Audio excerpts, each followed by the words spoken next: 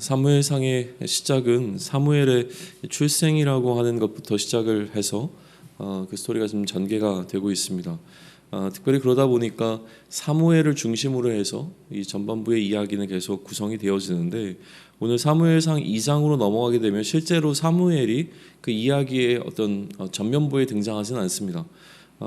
사무엘에 관한 기록은 한 세 군데 정도에 불과한데요. 11절에 보게 되면 엘가나는 라마의 자기 집으로 돌아가고 그 아이는 제사장 엘리 앞에서 여호와를 섬기니라라고 했던 그 한 줄의 기록 속에서 그 아이는 이제 사무엘을 가리키겠죠. 이제 사무엘이 제사장 엘리 앞에서 여호와를 섬겼다라고 하는 첫 번째 기록과 18절로 가시면 사무엘은 어렸을 때 세마포 에봇을 입고 여호와 앞에서 섬겼더라라고 한 두 번째 기록, 그리고 세 번째 기록은 26절에 보시면 아이 사무엘이 점점 자라매 여호와와 사람들에게 은총을 더욱 받았더라라고 하는 이 세 가지 기록을 통해서만 지금 사무엘은 등장하고 있다라고 하는 것을 좀 주목해 보시면 좋을 것 같아요. 단지 세 가지 기록에 불과하지만 전체적으로 그렇게 기록되어지는 것을 통해서 전반적인 이야기가 사무엘이라고 하는 한 인물을 중심으로 해서 흘러가고 있다라고 하는 것을 계속 그러니까 흘러가도록 하는 어떤 장치가 되어주고 있는 게 이 세 구절이라고 볼 수 있을 것 같습니다. 기본적으로 이제 사무엘에 관한 이야기를 중심으로 펼쳐지고 있지만 그 과정 중간중간에 지금 사무엘이 아니라 오히려 이제 엘리라고 하는 제사장 가문에 관한 이야기가 기록되고 있는 부분에서도 좀 더 주목하시면서 사무엘 2장을 좀 살펴보시면 좋을 것 같아요. 사무엘 2장에 등장하고 있는 에피소드를 좀 쭉 살펴보면 좋겠는데요. 처음 등장하고 있는 에피소드는 1장에서부터 이어지는 이야기입니다.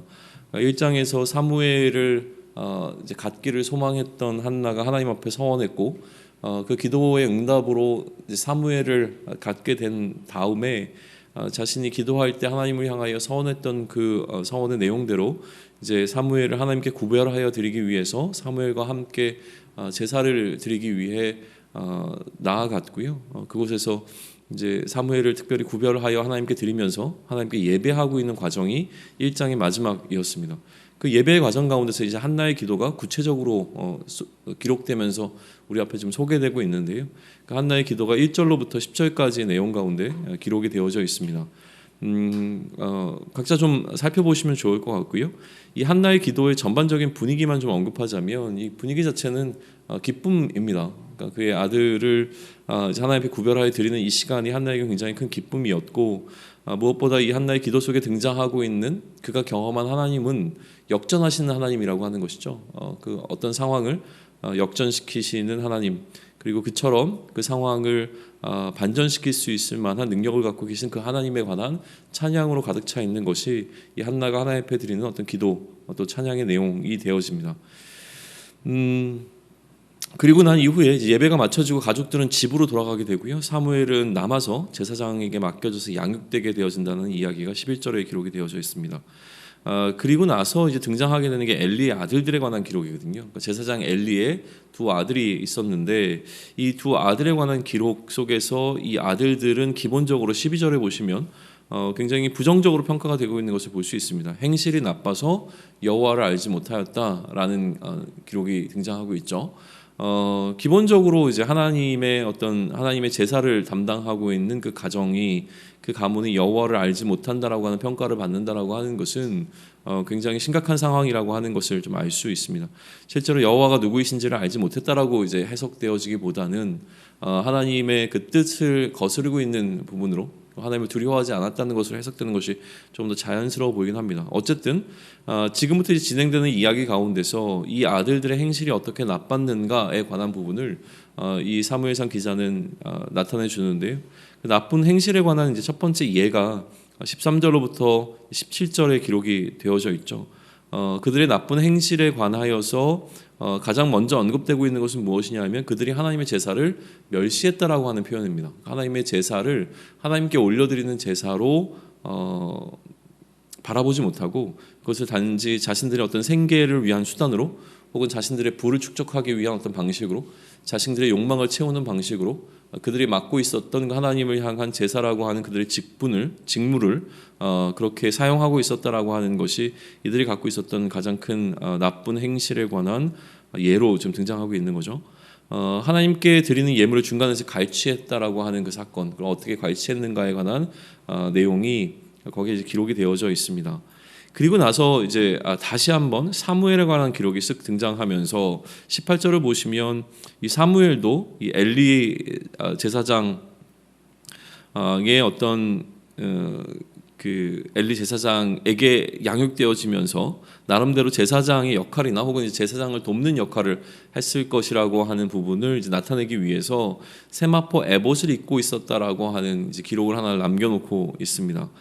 그러다 보니까 나름대로 우리는 이 사무엘도 제사장이 아니었을까라는 생각을 좀 하게 되어지는 어떤 부분이 되기도 하는데요. 아무튼 그것은 좀 남겨놓고 또 넘어가겠습니다. 이렇게 사무엘에 관한 기록을 살짝 하고 난 이후에 다시 사무엘의 가족에 관한 이야기로 이 관점이 좀 넘어가게 되어집니다. 매년 제사를 하기 위해서 올라왔던 그 신실한 이 사무엘의 가정은 마찬가지로 이제 엘가나라고 하는 그 가장을 중심으로 해서 또 다시 매년 그러니까 제사하기 위해서 찾아왔고요. 찾아왔을 때 올 때마다 사무엘의 겉옷을 그 매년 이제 자랐을 테니까 그 자라는 속도에 맞춰서 겉옷을 만들어 가지고 왔던 것 같습니다. 그러자 이제 제사장 엘리가 이 가정을 축복하면서 하나님께 이렇게 기도를 하죠. 이 가정이 이 아들을 사무엘을 하나님께 바쳤으니 이 가정에 다른 자녀들을 주실 것에 관해서 하나님께 간구하게 되어지고 그 기도의 응답으로 새 아들과 두 딸을 낳았다는 이야기가 19절로부터 21절에 기록이 좀 되어져 있습니다. 그렇지만 여전히 사무엘은 하나님 앞에서 자라게 된 것이죠. 이제 또다시 스토리는 이 사무엘과 사무엘의 가정에 관한 이야기로부터 제사장 엘리의 아들들에 관한 에피소드로 넘어가게 되어지는데 이번에 등장하고 있는 그 엘리의 아들들의 나쁜 행실은 무엇이었냐면 회막문에서 수종드는 여인들과 잠자리를 같이 했다라고 하는 사실을 22절에서 기록하고 있습니다. 그런데 이번에는 앞에서 이야기했던 그 나쁜 행실을 기록할 때와는 조금 다르게 그러니까 아버지였던 제사장 엘리의 책망이 함께 소개되고 있는데 엘리의 책망이 23절로부터 좀 기록이 되어집니다. 너희가 이렇게 범죄하면 어떻게 하겠느냐라고 하는 책망이 이루어질 때에 그럼에도 불구하고 25절에 보게 되면 그들이 아버지의 말을 듣지 아니하였다라고 하는 그 결과까지도 포함하고 있는 내용이 우리 앞에 좀 놓여 있습니다. 왜 그들이 아버지의 말을 듣지 아니하였는가에 대해서 이는 여호와께서 그들을 죽이기로 뜻하셨음이라고 하는 해석까지 더해지면서 지금 그래서 분위기는 이렇게 좀 흘러가고 있는 부분이죠. 그리고 또 다시 이 기록은 사무엘에 관한 것으로 넘어가게 되어집니다. 그 아들들과 좀 대조되는 방식으로 사무엘이 표현되어지는데 이 아이 사무엘은 점점 자라고 있었는데 여호와와 사람들에게 은총을 더욱 받았다라고 하면서 26절은 이 사무엘을 기록하고 있죠. 특별히 사무엘을 더 강조하지 않았지만 그 앞에 엘리의 아들들의 모습이 오히려 조금 굉장히 부정적으로 평가되면서 이 사무엘이 저 긍정적으로 바라보게 되어지는 좀 효과를 갖고 있죠. 그리고 난 다음에 하나님의 사람이 엘리에게 찾아와서 전한 이야기가 마지막으로 기록이 되어져 있습니다. 제사장 가문에 관한 이야기를 이 하나님의 사람이 이야기를 하는데요. 이 가문이 제사장직을 위해서 택함을 받은 일에 관해서 먼저 언급을 합니다. 어떻게 이 가문이 제사장 직분을 감당하게 되었는지라고 하는 것을 출애굽의 시점으로부터 계속 이야기를 거슬러 올라가서 하죠. 그러다가 이 제사장직을 제대로 수행하지 못하는 것에 대해서 책망을 하게 되어지고요. 그 제사장직을 제대로 수행하지 못했기 때문에 그 결과에 대해서 이제 이 하나님의 사람이 이야기를 하죠. 그 결과는 뭐 여러 가지로 좀 나눠서 생각해 볼 수 있지만 크게 세 가지로 좀 구분해서 보자면 첫 번째는 하나님께서 이 가문에게 이 가정에게 제사장의 직분을 허락하실 때에 이 가문이 영원토록 그 직분을 감당하도록 하셨는데 그 영원한 직분이라고 하는 영원성을 폐지하겠다고 하시는 겁니다. 그 가문 가운데서 하나님을 경외하는 자들만 이 일을 섬기게 하고 그렇지 아니하는 자들은 하나님 또한 그들을 경멸하겠다라고 하는 이야기를 하시면서 이 영원한 제사장의 직분이라고 하는 것이 폐지가 되어지고요. 두 번째는 이 제사장 가문의 사람들이 일찍 죽음을 맞이하게 될 것이라고 하는 그 결과가 그들의 행위에 대한 하나님의 어떤 결과에 대한 이야기를 이렇게 하고 있어요.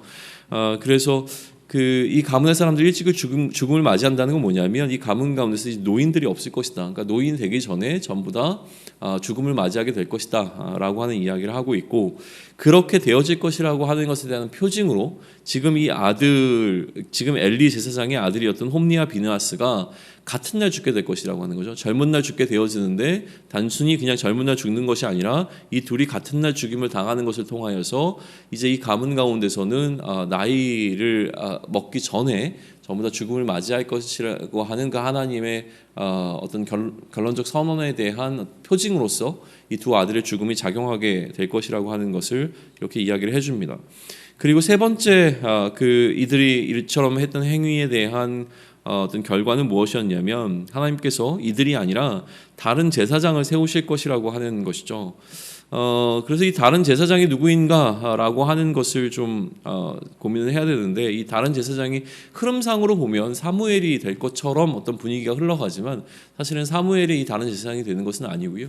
사독이라고 하는 어떤 또 다른 제사장의 가문이 등장하게 되어지는 어떤 이야기의 첫 출발점이 되어지는데, 제사장 가문에 대한 이야기는 뭐 우리가 필요하면 다시 한번 나중에 구체적으로 좀 언급을 하거나 아니면 열왕기서에 들어가게 되면 제사장에 관한 이야기는 조금 더 이 가문에 관한 이야기는 구체적으로 나눌 기회가 좀 있을 것 같습니다. 아무튼 지금 엘리로부터 흘러오고 있는 제사장 가문의 흐름이라고 하는 것이 바뀌게 될 것에 관한 어떤 운명적 하나님의 그 계획이 좀 등장하고 있고요. 그리고 난 다음에 엘리의 가문의 사람들, 엘리의 후손들은 어떻게 될 것이냐라고 했을 때 하나님께서 또다시 세우신 다른 어떤 제사장 가문에게 좀 이렇게 표현하면 그렇지만 어떤 먹고 살기 위해서 좀 이제 구걸하는 방식으로 그들이 살아가게 될 것이다라고 하는 이야기를 기록하면서 오늘 사무엘상 2장은 마무리가 되어집니다. 사무엘상 2장을 좀 묵상하실 때에 좀 포인트를 잡으시면 좋겠는 것들은 우선은 기본적으로 이렇게 펼쳐지고 있는 역사적 상황에 대해서 한번 좀 이 사무엘서를 기록하고 있는 기자가 어떤 방식으로 기록하고 있는지 조금 주목해 보시면 어떨까라는 생각이 좀 듭니다. 사사기 기자가 가지고 있었던 역사관이라고 하는 게 있어요. 이 역사 기록이잖아요. 그러다 보니까 이게 하나의 어떤 역사의 기록이라고 본다면 역사를 기록할 때 거기에는 관점이 뭐 제시가 될 수밖에 없죠. 그러다 보니까 이 사사기 기자가 기본적으로 어떠한 관점을 가지고 이 이스라엘의 역사를 지금 집필해 나가고 있는가라고 하는 부분에 좀 주목해서 보시게 되면 눈에 들어오는 부분들이 있습니다. 그것은 무엇이냐면 17절 보시게 되면 이 소년들의 죄가 여호와 앞에 심히 크면 그들이 여호와의 제사를 멸시함이었더라라고 하는 자신의 평가를 집어넣고 있다라고 하는 거예요.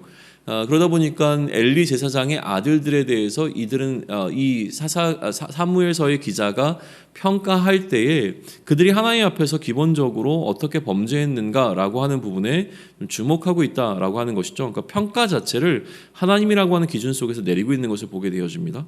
마찬가지로 25절 넘어가게 되면 마지막에 이 아들들이 왜 엘리 제사장의 이런 조언을 또 아버지의 꾸지람을 듣지 않았는가라고 했을 때 마지막에 여호와께서 그들을 죽이기로 뜻하셨음이라고 하는 해석을 덧붙이고 있다라고 하는 거예요.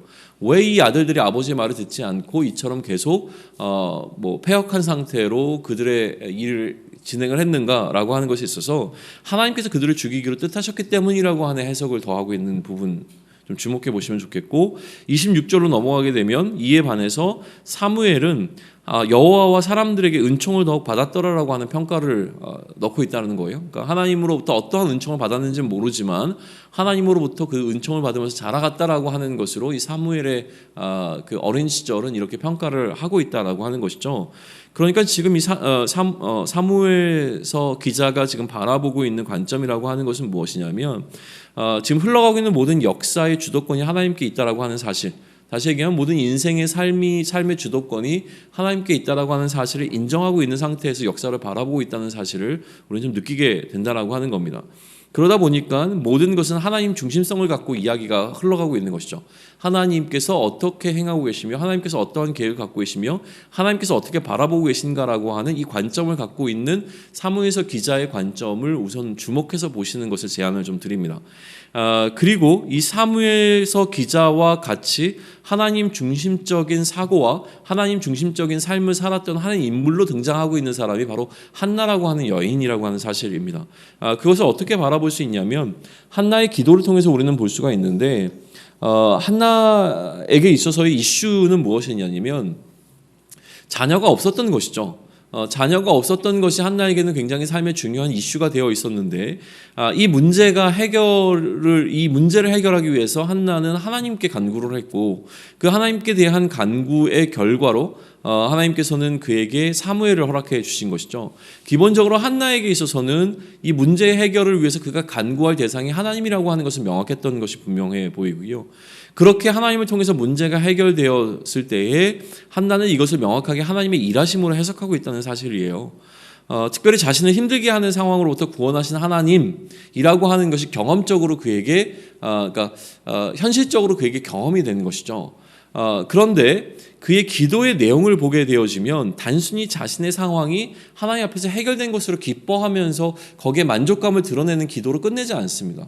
한나는 어떻게 기도하고 있냐면 그의 기도의 끝부분으로 나아가게 되면 그 중간부부터 계속 끝으로 넘어가면서 점점 그 기도의 규모가 확대되고 있는데 결국은 하나님께서는 그의 대적을 멸하시고 그의 사람을 높이신 하나님으로 이해하고 있다라고 하는 거예요. 그러니까 자신의 굉장히 개인적인 삶의 어떤 구원의 이슈라고 하는 부분, 그러니까 자신의 삶의 문제를 구원이라고까지 표현을 하거든요. 그러니까 자기가 굉장히 힘들어했던 어떤 상황으로부터 하나님께서는 자기를 건지셨다는 것이죠. 자기가 너무나 자녀가 없어서 힘들어했던 그 상황으로부터 하나님께서 자신을 건지셨다, 나를 구원하셨다라고 하시는 구원의 하나님을 노래하면서 결국 그 끝부분으로 가게 되면 한나는 무엇을 노래하냐면 모든 인류를 구원하신 그 하나님의 일하심에 관한 노래로 그의 기도를 마무리 짓고 있다라고 하는 것을 보게 되어집니다. 삶의 굉장히 어떠한 중요한 이슈의 해결을 통하여서 하나님의 구원하심에 대한 기대와 확신으로 넘어가고 있는 것을 보여준다고 하는 것이죠. 그러면 하나님 중심적인 삶이라고 하는 것이 어떠한 삶이어야 되는가에 대한 묵상을 우리는 이 두 가지 포인트 속에서 해낼 수 있습니다.